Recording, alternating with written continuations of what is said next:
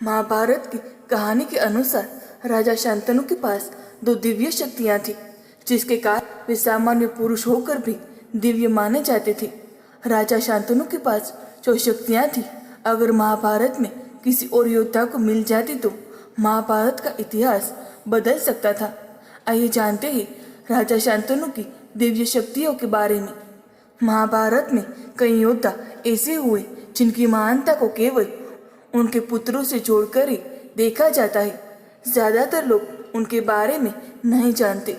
महाभारत के इतिहास में ऐसे ही एक राजा थे, महाराज शांतनु, जो भीष्म यानी देवव्रत के पिता थे। राजा शांतनु न केवल एक साहसी राजा थे, बल्कि उनमें देवताओं के समान शक्तियां भी थी। आइए जानते हैं राजा शांतनु की दिव्य शक्तियां कौन सी थी।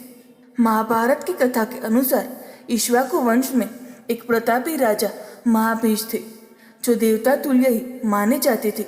एक बार समस्त देवी देवता ब्रह्मा जी की सेवा में उपस्थित थे। ऐसे में वायु के वेग से देवी गंगा के वस्त्र उड़ने लगे। ऐसे में देवी गंगा के शरीर का कुछ हिस्सा दिखने लगा।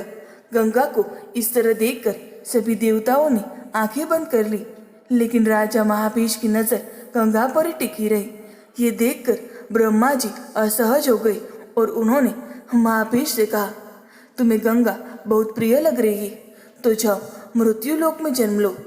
इस तरह मृत्युलोक में महाभीष का जन्म राजा प्रतीप के रूप में हुआ। राजा प्रतीप के पुत्र राजा शांतनु हुए। महाभारत की कथा के अनुसार राजा शांतनु इक्ष्वाकु वंश से थे। उनके पिता राजा प्रतीप पूर्व जन्म में राजा महाभीष थे। इसीलिए एक दिव्य पुरुष की संतान होने के कारण राजा शांतनु में भी दिव्यता का अंश था। राजा शांतनु के पास मुख्य रूप से दो शक्तियां थी। एक, राजा शांतनु किसी से प्रसन्न होकर उसे वरदान दे सकते थे। उनका दिया वरदान हमेशा फलीभूत होता था। वहीं राजा शांतनु के पास दूसरी शक्ति थी, वे किसी को भी छूकर उसका रोग ठीक कर सकते थे। राजा शांतनु का विवाह देवी गंगा से हुआ था। दोनों ने एकांत में विवाह किया था।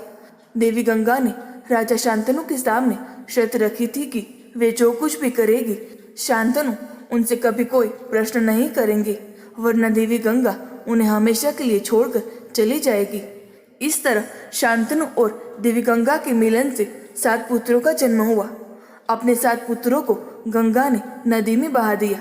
जब गंगा 8वें पुत्र को नदी में बहाने गई तो राजा शांतनु ने उनसे पुत्र को बहाए जाने का कारण पूछ लिया और 8वें पुत्र को न बहाने के लिए कहा। गंगा ने शांतनु को 8वां पुत्र दिया और शर्त के अनुसार उन्हें छोड़कर स्वर्गलोक चली गई। इस 8वें पुत्र का नाम देवव्रत रखा गया, जिसे आगे चलकर भीष्म नाम से जाना गया। राजा शांतनु और गंगा की संतान महाभारत के सबसे बड़े योद्धाओं में से एक मानी जाती है। देवव्रत को आजीवन विवाह न करने की भीष्म प्रतिज्ञा के कारण भीष्म के नाम से जाना गया। राजा शांतनु को जब सत्यव्रती नाम की कन्या से प्रेम हुआ तो उन्होंने सत्यव्रती से विवाह करने की इच्छा व्यक्त की।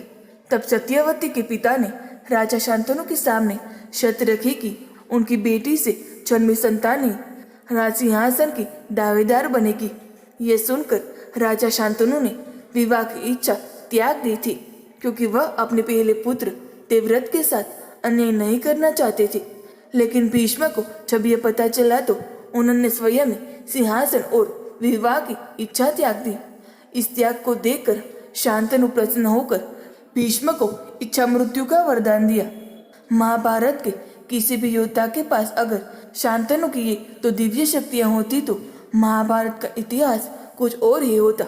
न ही इतने योद्धाओं की मृत्यु होती और न ही किसी पक्ष को अपने कोई संबंधी को खोना पड़ता।